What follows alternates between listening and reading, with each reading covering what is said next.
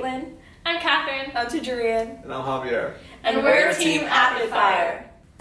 So why did we create Bliss? We realized that Harvard doesn't have one app or one website that lists all the mental health resources on campus. We have various professional, peer counseling, and peer education groups here, and we wanted Bliss to be more than just a list of those resources. We also acknowledge that the sheer number of resources available could perhaps be a little bit overwhelming, so we addressed this two ways with our app.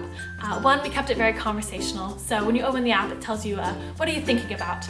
And secondly, we mapped concerns to resources as opposed to the other way around. So traditionally you often see resources, and then from there you can see what types of concerns you can go to for that resource, but we spun it on its head. So we went the other way. We showed you the concerns, and then from there, once you selected which concern you were dealing with, you could see which resources were available. And we also wanted to make it as easy as possible for students to reach these resources. So on our app, we include features such as instant calling on these hotlines, Uber transportation systems. You can email friends and family, fun quotes and everything to make the experience as enjoyable as possible. One part of our app is an inspiration page where users can come and share positive thoughts and quotes with their friends. And the hope when creating this was that users could have access to this and share it and use this app as a platform even if they didn't need a mental health resource immediately. So this is Bliss, the homepage of our app.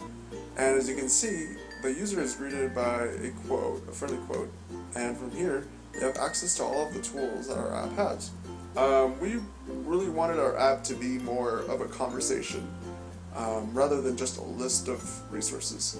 So, in order to accomplish this, there is the Explore Your Own Mental Health feature of our app. From here, they can choose a topic that will lead them to the resource that's right for them. So let's say identity. From here there's more topics that they're allowed to choose from. So let's say LGBTQ. And here they're connected to all the various different resources that are on Harvard's campus that are specific towards, in this example, LGBTQ. Say they click on CAMS. You're given information about the service and also an ability to call for appointments and for 24-hour urgent care. We give students information that they might not know, such as how it's actually free, how it's easy, and it's 24/7. And a big component of our app is the map feature, so it links the students to where the service actually is, and an ability to ride there with Uber. So there is also the education tool where you can learn more about mental health. Once on this page, you can learn about the peer educator groups on campus and also have a link to mental health in the news so you can stay updated about current events. We also included national mental health organizations, which we can expand upon, so that students can learn more factual information about mental health and mental illness as a whole.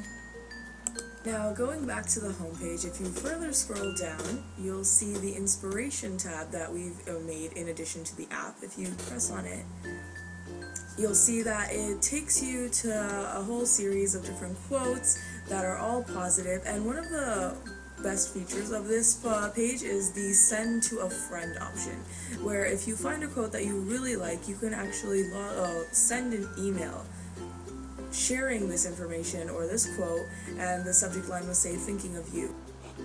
And as a means to create a community around mental health, our app implements the Join the Movement feature.